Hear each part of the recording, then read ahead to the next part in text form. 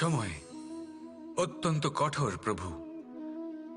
আপনি অনেক লোককে এটা বলতে শুনে থাকবেন, আমার কাছে এত সময় নেই, এই কাজে আসলে অনেক সময় লেগে যাবে, এই বিষয়ে ভাবার জন্য আমার সময় লাগবে। আচ্ছা, আমি আপনাকে একটা কথা বলে রাখি, যদি আপনি এটা নিশ্চিত করার জন্য বেশি সময় নিয়ে ফেলেন যে আপনার কি করা উচিত, তাহলে সময় এটা নিশ্চয়ই করে নেবে যে আপনার সাথে কি করা যেতে পারে। কারণ এই সময় এ কিন্তু অত্যন্ত কঠোর। যতক্ষণ আপনার সাথে রয়েছে এর সমাদর করতে শিখুন, এর সম্মান করতে শিখুন, এর সদ্ব্যবহার করতে শিখুন। যদি এরকম না করেন তাহলে এই সময়ের নিজেকে আর আপনাকে বদলাতে অধিক সময় লাগবে না। তাহলে আসুন, এবার সময় এসে গেছে ভালোবেসে বলার রাধা রাধা।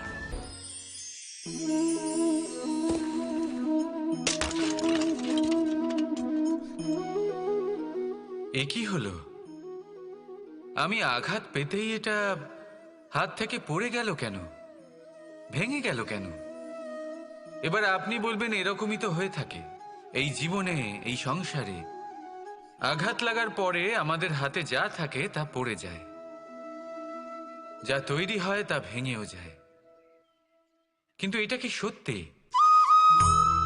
আপনাকে একটা কথা বলে রাখি, আঘাত পেয়ে পড়ে যাবার পরে সংসারের যে কোনো বস্তুই হাত থেকে পড়ে যাক না কেন, সাফল্য অবশ্যই আসে। যতই খারাপভাবে আপনি পড়ে যান, আপনি আঘাত পান, ভবিষ্যৎ অবশ্যই ভালো হবে। কারণ এই আঘাত, অসফলতা, এই অসুবিধা, এগুলো আমাদের এমনভাবে পরিশুদ্ধ করে যেমন আগুন সোনাকে করে থাকে। সেই জন্য জীবনে শুধু সামনে এগোতে থাকুন, দৃঢ়তার সাথে এগোতে থাকুন, আর কখনো আঘাত পেয়ে পড়ে যেতে ভয় পাবেন না। কারণ এটা আসন্ন সাফল্যের সংকেত। আর সাফল্য তখনই আসবে যখন আপনি পড়ে যাবেন, যখন আপনি আবার উঠে দাঁড়াবেন এবং আপনি আবার জীবনে সামনে এগোতে থাকবেন। রাধা রাধা।